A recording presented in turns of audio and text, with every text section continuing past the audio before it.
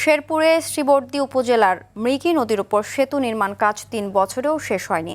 এজন্য ঠিকাদারি প্রতিষ্ঠানের গাফলতির অভিযোগ তুলছেন স্থানীয়রা। এছাড়া সাম্প্রতিক পাহাড়ি ঢলে সাময়িক কাঠের সাঁকোটি ভেসে যাওয়ায় যোগাযোগ পুরোপুরি বিচ্ছিন্ন হয়ে পড়েছে। ফলে উত্তর ও দক্ষিণ খড়িয়া সহ আশপাশের কয়েকটি গ্রামের প্রায় ১০,০০০ মানুষ চরম ভোগান্তিতে পড়েছেন।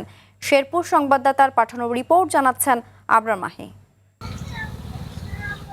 শেরপুরের শ্রীবর্দীতে ২০২৩ সালের জুলাই মাসে প্রায় ৩,৮৮,০০,০০০ টাকা ব্যয় ৫৭ মিটারের নতুন সেতুটির নির্মাণ কাজ শুরু করে চট্টগ্রামের messrs Mohammad Yunus and brothers private limited নামের একটি ঠিকাদারি প্রতিষ্ঠান। চুক্তি অনুযায়ী ২০২৪ সালে জুলাইয়ে কাজ শেষ হওয়ার কথা থাকলেও তা হয়নি।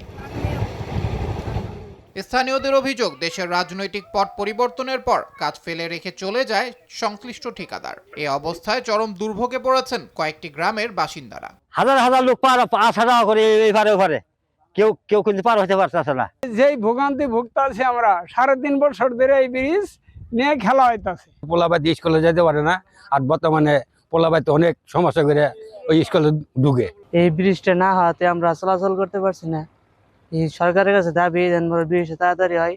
বিষয়টি নিয়ে ঠিকাদারি কাজে দায়িত্বরত প্রতিনিধি রনকের সাথে যোগাযোগ করা হলেও তিনি ক্যামেরার সামনে কোনো বক্তব্য দিতে রাজি হননি। তবে এলজিইডি কর্মকর্তা বলছেন, আবহাওয়া স্বাভাবিক হলে মূল সেতুর নির্মাণ কাজও আবার শুরু হবে। হঠাৎ করে অতিবৃষ্টির কারণে টোটাল এরিয়াটা সয়লাভ হয়ে যায়। সয়লাভ হয়ে যাওয়ার কারণে ওখানে আমরা কাজটা তখন আর করতে পারিনি। পানিটা একটু কমার পরেই আমরা এই কাজটা সম্পন্ন করবো ইনশাল্লাহ। ঠিকাদার আমাদের কাছে কমিটেড। শুধু আশ্বাস নয়, সাময়িক কাঠের সাঁকো মেরামতের পাশাপাশি দ্রুত মূল ব্রিজের নির্মাণ কাজ শেষ করার জোর দাবি স্থানীয়দের। আবরার মাহি, RTV।